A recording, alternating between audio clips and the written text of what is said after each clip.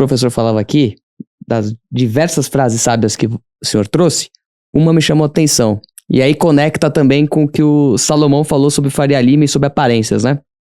O senhor disse o seguinte: sabemos quase nada sobre quase tudo, mas isso não é o padrão. As pessoas acham que sabem de tudo. E ainda mais na Faria Lima, onde você tem que mostrar que você sabe. Se você não souber responder uma pergunta... O não sei é quase que uma ofensa, É muito difícil falar que você não sabe de algo. Vocês falam dessa tal de Faria Lima aí com um conhecimento de causa que não é o meu. Eu vou falar lá perto de casa. Lá também tá cheio de sabichão. Então. Viu? Ainda Então, mais nossa, dando aulas, imagino que você tenha dado aula pra muitos sabichão. Deixa eu te dizer. Então, vamos lá. Anote aí. É bom porque quando tá registrado, anote aí. O que é que eu sei sobre a história dos países africanos? Nada. Nada. Insignificante. O que é que eu sei sobre química orgânica? Nesse momento da vida, nada. Já soube o suficiente para passar no vestibular, mas a alma se deletou. O que é que você sabe sobre odontologia? Nada. Sobre engenharia civil? Nada. Sobre mecânica dos fluidos? Nada. Sobre astrofísica? Nada. Sobre filosofia oriental? Nada. Sobre nada. Nada. E eu poderia ficar aqui até amanhã dizendo as coisas sobre as quais eu não sei nada. Então, eu disse bem, eu não sei nada sobre quase tudo. Ficou registrado? E aonde é que entrou o quase? Bom, entrou o quase porque eu li os diálogos de Platão, eu fiz direito, né? Lá atrás e tal, faculdade de direito lá da nossa universidade, eu estudei comunicação, então, aí o quase, essas coisinhas aí, entendeu? Né? E quanto mais eu me aproximo daquilo que eu acho que mais sei, mais eu me dou conta de que é resvaladiço. É pouco confiável. A chance de estar tudo errado é grande. Entendeu? Uhum. Eu disse? Ótimo. Então, veja você que interessante. Para que você possa desejar ter mais sabedoria do que tem, é preciso uma coisa. É preciso não ter a sabedoria, porque só se deseja o que não se tem, né? Então, aquele que deseja mais sabedoria não é o sábio, porque o sábio não pode desejar o que já tem. Quem é o sábio? Ninguém. É uma construção, é uma idealização. E quem é que deseja mais sabedoria do que tem? Alguns, que a história ocidental passou a chamar de filósofo. Aquele que deseja ter mais sabedoria do que tem. Agora, não basta não ter sabedoria. Não basta não ter. É preciso consciência disso. É preciso saber que não tem. Porque senão você não vai atrás do que está faltando. Vai que você não tem e acha que tem. Aí você não consegue ir atrás, porque na sua cabeça você já está de boa, você já está bem. Então, para haver enriquecimento, para haver aprendizado, para haver conquista de nova sabedoria, é preciso a plena consciência da própria ignorância. É por isso que a nossa filosofia começa com Sócrates e a sua famosa frase, não sei de nada, e aí, lá no templo de Apolo, na cidade de Delfos, né, disseram para Sócrates, viu? Os deuses mandaram dizer para você que você é o mais sábio de Atenas. O que na época queria dizer o mais sábio do mundo, porque, né, Atenas era Nova York da época e tal, talvez mais do que isso até. Então Sócrates voltou para casa encafifado. Por dizer, como é que os deuses, que sabem de tudo, podem dizer que eu sou o mais sábio se eu não sei porra nenhuma de nada? É a pergunta que ele fez. Ele foi dormir, com a roupa dele lá, a mulher do lado, e ele pensando, caramba, o que será que eu não sei merda nenhuma de nada, como que os deuses puderam dizer que eu sou o mais sábio? Se os deuses disseram que eu sou o mais sábio, não há dúvida, eu sou o mais sábio, mas como que eu posso ser o mais sábio se eu não sei nada? E aí ele começou a dialogar com as pessoas em Atenas, e ele rapidamente entendeu por que os deuses disseram o que eles disseram. Ele falou, de fato eu sou o mais sábio. Por quê? Porque ele passeava pela Faria Lima ateniense e ele perguntava, o que é a justiça que eu não sei? Você está dizendo que fulano de tal agiu injustamente, deve saber o que é a justiça. E o cara vinha com uma definição desbaratada e ele dizia, mas viu, essa tua definição é ruim. E o cara achava que sabia. Aí o outro dizia, encontrei uma pessoa belíssima, né? Apetecível, atrativa. Aí você diz, puxa vida, você fala com convicção que a pessoa é bela. Falo! Então você deve saber o que é a beleza. E o cara, claro que sei. A beleza é o Cauã Raymond, a beleza é a Grásima. Não pediu um exemplo. Eu quero saber o que é a beleza. Não pedi um exemplo de uma pessoa bela. Aí o cara se enroscava todo e dizia, pô, esse cara acha que sabe e não sabe. Aquele cara acha que sabe e não sabe. Então eu já sei o que os deuses quiseram dizer. Eu não sei e sei que não sei. Então eu sei eles não sabem nada. Então eu estou 1-0. Porque eu sei uma coisa que os outros não sabem. Eu tenho consciência da minha ignorância. Ficou claro isso? Claríssimo. Então, veja você, para você aprender, e aí eu queria fazer mesmo uma provocação, dado que as pessoas têm trajetórias únicas no mundo, você pode aprender com todas elas. E aqui eu queria registrar todas com letra, com caixa alta, todas. Por quê? Porque, é claro, se a pessoa viveu uma experiência que você não viveu, é claro que ela tem alguma coisa que pode te enriquecer.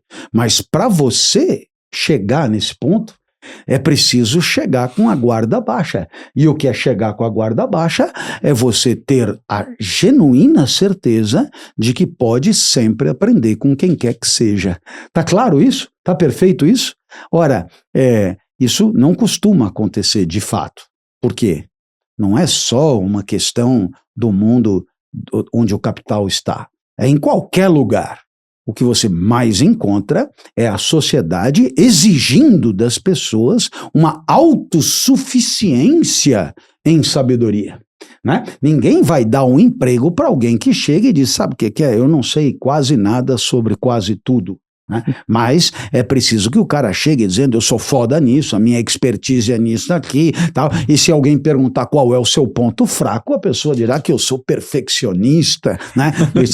Para poder olhar. E aí, claro, você é constrangido pela sociedade a assegurar conhecimentos, saberes que, no fundo, são claudicantes, são vazios, são frágeis, são fajutos, né?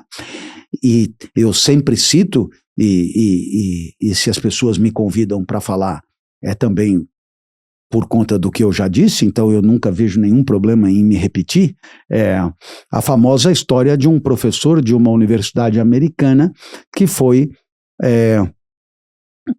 a um congresso no Japão e pediu uma entrevista com um monge budista. Conhece essa história, não? Eu perguntei para ver se eu já não disse... Não, então aqui ótimo. pelo menos não foi. Aqui não, aqui ótimo, não foi. Ótimo. Então, o que aconteceu? Ele foi com um professor japonês, né, ao templo.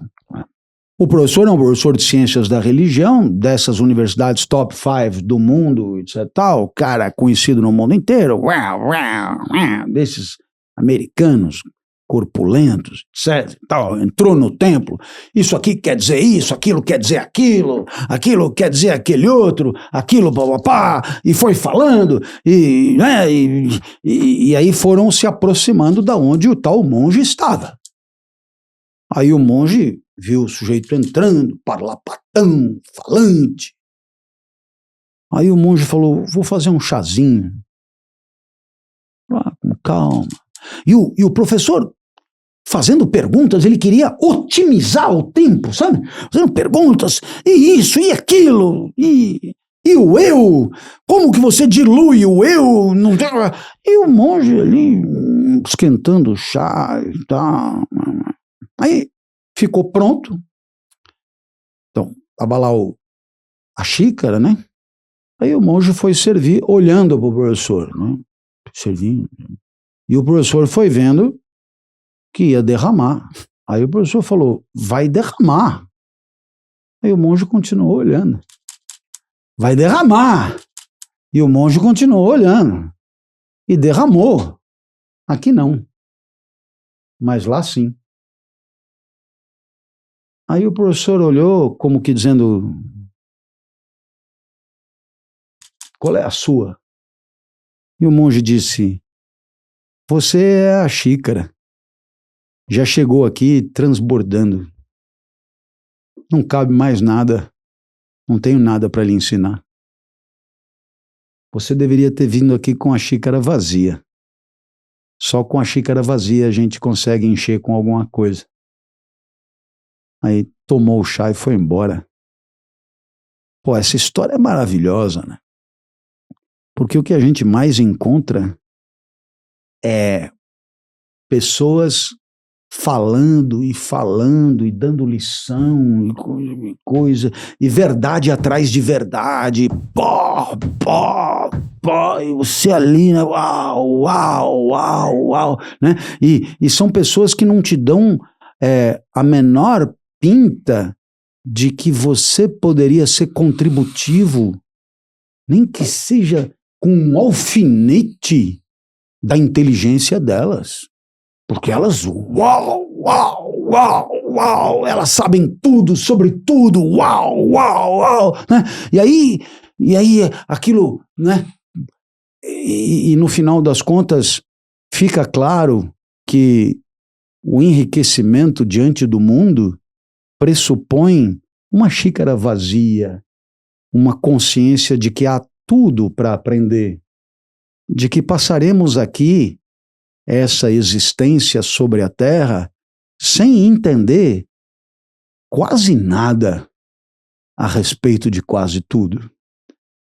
Sem entender muito bem de onde viemos, para onde vamos.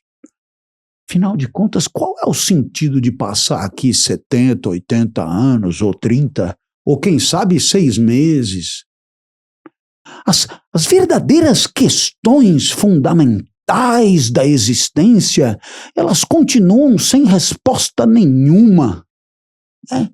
O resto é simpático, o resto diverte, o resto entretém, o resto faz circular o dinheiro, o resto, né, redistribui, reorganiza, o resto, né, te permite trincar o abdômen em 15 dias, te permite aprender italiano em 15 minutos, te permite cozinhar quiabo sem cometer o erro de cozinhar quiabo vestindo chinela de dedo, né, porque não tem isso, erros a não cometer cozinhando quiabo, né?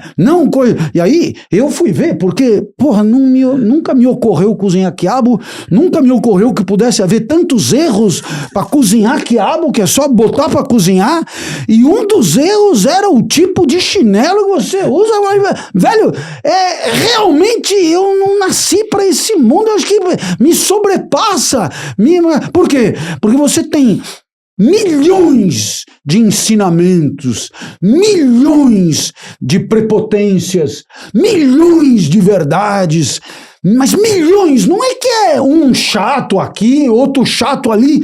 São zilhões de chatos dizendo verdades o tempo inteiro sobre as maiores cretinices e 5 erros, 10 lições, como ir, como encher o rabo de ganhar dinheiro, como lucrar, como enganar, como seduzir, como fazer gozar com cabo de vassoura,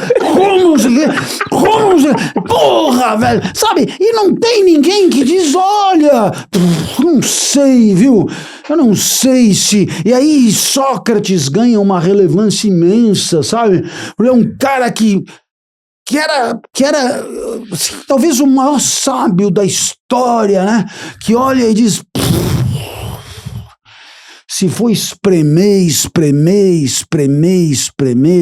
é possível que eu não saiba nada. Nada! E aí é incrível, né? Porque,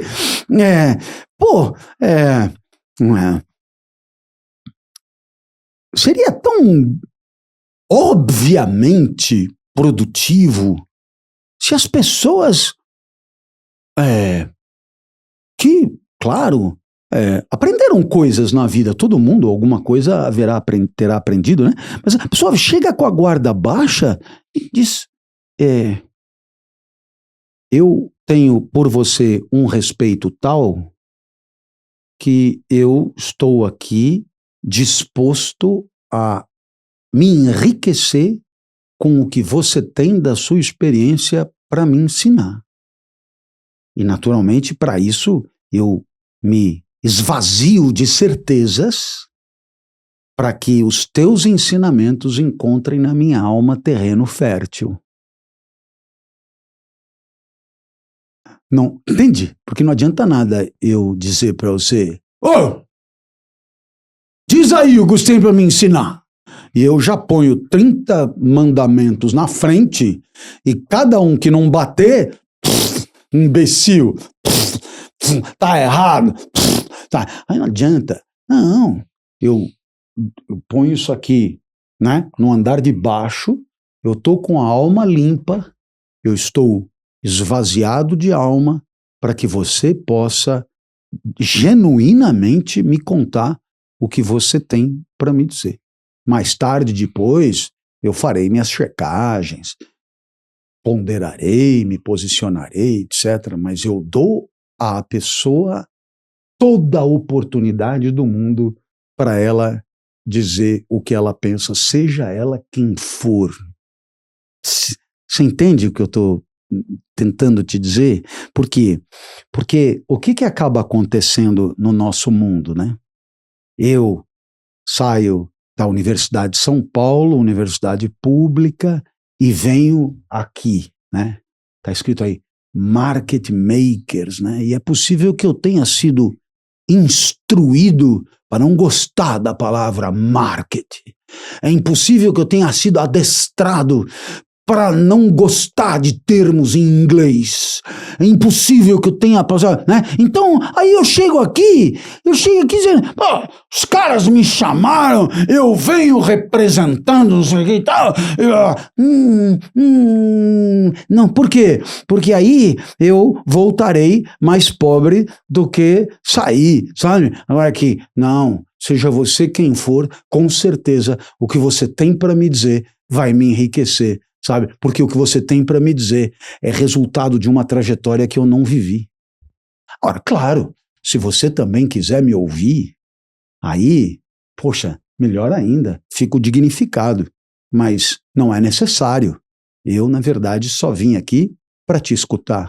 Né? E aí, isso exige de você uma humildade, mas é uma humildade que te será extremamente enriquecedora e, portanto, vantajosa mesmo. Você consegue entender que se você chega com a xícara cheia, não tem o que fazer, você não vai voltar enriquecido para casa? E você só volta enriquecido para casa se você não tiver essa empáfia de princípio.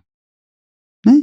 Vamos imaginar que você é convidado para ir para algum lugar, no meu caso, para dar uma palestra, etc e tal. Aí, né, você sai aqui do aeroporto de Congonhas e poderia passar pela sua cabeça assim, vou lá, digo o que eu tenho para dizer, volto e... né? Se entender, entenderam, se não entender, não entenderam. De qualquer forma, a expectativa que eu tenho de me enriquecer no dia de hoje é zero, porque eu estou indo para um lugar onde ninguém tem nada para me ensinar. Sabe, é um indivíduo... Essa é a verdadeira pobreza de espírito, sabe? Uhum. É a pobreza de um espírito entupido de verdades resvaladiças tomadas por absolutamente suficientes para configurar sabedoria, o que é de uma pobreza infernal. Então, qual é a graça? A graça é sempre estar assim, assegurando a todos que eu não tenho nenhuma certeza para te afirmar. Se você tiver alguma, nossa, espera que eu vou anotar. Dá licença que eu vou anotar, né? E aí, claro, depois eu vejo o que eu faço com isso. Mas, de qualquer maneira, a predisposição inicial é uma disposição de xícara vazia, de humildade diante das pessoas. Porque há uma certa crença de superioridade de princípio. Já parou para pensar nisso?